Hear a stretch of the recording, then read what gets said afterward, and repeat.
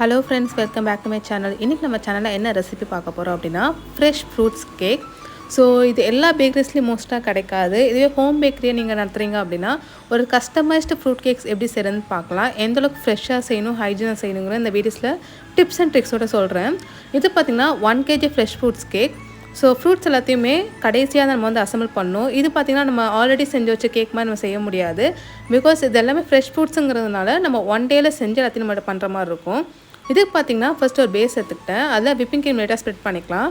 நான் ஆல்ரெடி பார்த்திங்கன்னா 1 kg vanilla cake sponge cake வந்து எக்லெஸ் கேக்கு தான் செஞ்சு வச்சுருக்கேன். இதை 3 லேயராக கட் பண்ணி வச்சாச்சு. இப்போ ஃபர்ஸ்ட் லேயரை வச்சிடலாம். இதுக்கு மேலே பார்த்திங்கன்னா நான் வந்து சுகர் சிரப் போல் கண்டென்ஸ்டு மில்கை வந்து வாட்டரில் லைட்டாக மிக்ஸ் பண்ணி வச்சுருக்கேன். அதை ஸ்ப்ரெட் பண்ணிக்கிறேன். ஸோ அது உங்களுக்கு அந்த டேஸ்ட் நல்லா ரிச்னஸாக இருக்கும் உங்களுக்கு. இதுக்கு மேலே பார்த்திங்கன்னா ஃபர்ஸ்ட் லேயர் வந்து நம்ம விப்பிங் க்ரீம் ஸ்ப்ரெட் பண்ணிக்கலாம். நம்ம நார்மலாக வந்து ஃப்ரூட் ஃபில்லிங் வச்சு ஒரு கேக் செய்கிறதுக்கும் ஃப்ரெஷ் ஃப்ரூட்ஸ் கேக் செய்கிறதுக்கும் நிறைய வித்தியாசம் இருக்குது. பிகாஸ் நம்ம நார்மலாக ஃப்ரூட் ஃபில்லிங் செய்கிற கேக்கை வந்து 1 டேக்கு முன்னாடி கூட செஞ்சு கூட நம்ம ஃப்ரிட்ஜில் வச்சு நம்ம வந்து டெலிவரி பண்ணலாம். பட் ஃப்ரெஷ் ஃப்ரூட்ஸை அந்த மாதிரி செய்ய முடியாது. நம்ம 1 டேயில் மார்னிங் செஞ்சு அப்போவே க்ரீம் ஃபில் பண்ணி உள்ளே நம்ம ஸ்டஃபிங்ஸ் வச்சு உடனே கொடுக்குற மாதிரி இருக்கும். 3 to 4 hours முன்னாடி செய்கிற மாதிரி தான் இருக்கும். ஸோ இது கொஞ்சம் ட்ரிக்கியான ஜாப் தான். இதுக்கு மேலே பார்த்திங்கன்னா என்னோடய கஸ்டமர் என்ன மாதிரி கேக்ஸ் கேட்டிருந்தாங்க அப்படின்னா உள்ளே வந்து பொமக்ரனேட், கோவா பழம், கிவி பழம், ஆப்பிள் பழம் அந்த மாதிரி ஸ்டஃபிங்ஸ் வச்சு எனக்கு கேக் வேணும் அப்படின்னு கேட்டிருந்தாங்க. ஸோ அவங்க ஆசைப்பட்ட மாதிரியே உள்ளே வந்து சின்ன சின்ன பொமக்ரனேட்ஸ், கோவா பழம், கிவி பழம் எல்லாத்தையும் கட் பண்ணி ஃபில்லிங் மாதிரி வச்சுக்கிட்டேன். இப்போ அந்த ஃபில்லிங்ஸ் சைடில் வந்து ஒரு லேயர் விப்பிங் க்ரீம் ஸ்ப்ரெட் பண்ணிக்கலாம். இது கூட பார்த்திங்கன்னா ஆப்பிளில் லைட்டாக ஹனியில் டிப் பண்ணி வச்சுருக்கேன். ஸோ தட் நம்ம சீக்கிரம் பிளாக்னஸ் மாறாது நம்மளுக்கு. இப்போ நெக்ஸ்ட் லேயர் வச்சிடலாம். இந்த வெனிலா ஸ்பாஞ்ச் கேக் பார்த்திங்கன்னா நான் மில்க் மேட் வச்சு செஞ்சுருக்கேன். ஸோ தட் அந்த கலர் அந்த மாதிரி இருக்குது. இதுக்கு மேலே நம்ம வந்து சுகர் சிரப் லைட்டாக ஃபில் பண்ணிடலாம். மேலே நம்மளுக்கு எந்தளவுக்கு நம்ம சுகர் சிரப் ஸ்ப்ரெட் பண்ணுறோமோ அந்தளவுக்கு நல்லா ஸ்பாஞ்சாக இருக்கும் நம்மளுடைய கேக்கு. இப்போ நெக்ஸ்ட் லேயருக்கான விப்பிங் க்ரீம் நம்ம ஈவனாக நல்லா ஸ்ப்ரெட் பண்ணி எடுத்துக்கலாம். இது ஃப்ரெஷ் ஃப்ரூட்ஸ் கேக்குங்கிறதுனால நான் விப்பிங் க்ரீமில் எந்த ஒரு ஃப்ரூட் ஃபில்லிங்ஸோ ஆர்டிஃபிஷியல் ஃப்ளேவர்ஸோ நான் எதுவும் ஆட் பண்ணல.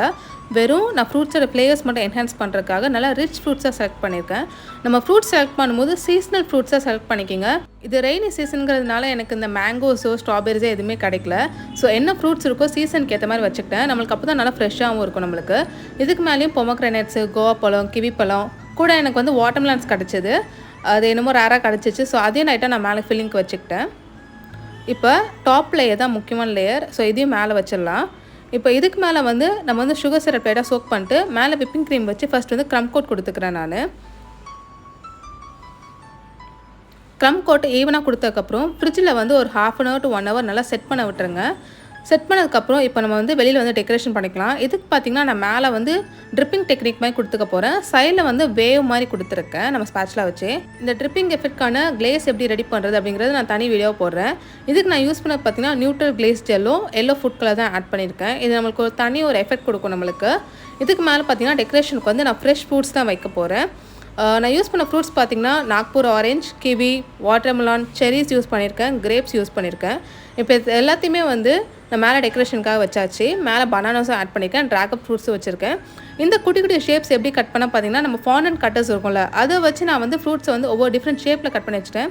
ஸோ அதை பார்க்குறதுக்கு கொஞ்சம் டிஃப்ரெண்ட்டாக இருக்கும், நல்லா டெக்கரேஷனாகவும் இருக்கும், பார்க்குறதுக்கும் நல்லா நீட் ஃபினிஷாக இருக்கும், இன்னோவேட்டிவாக இருக்கும்.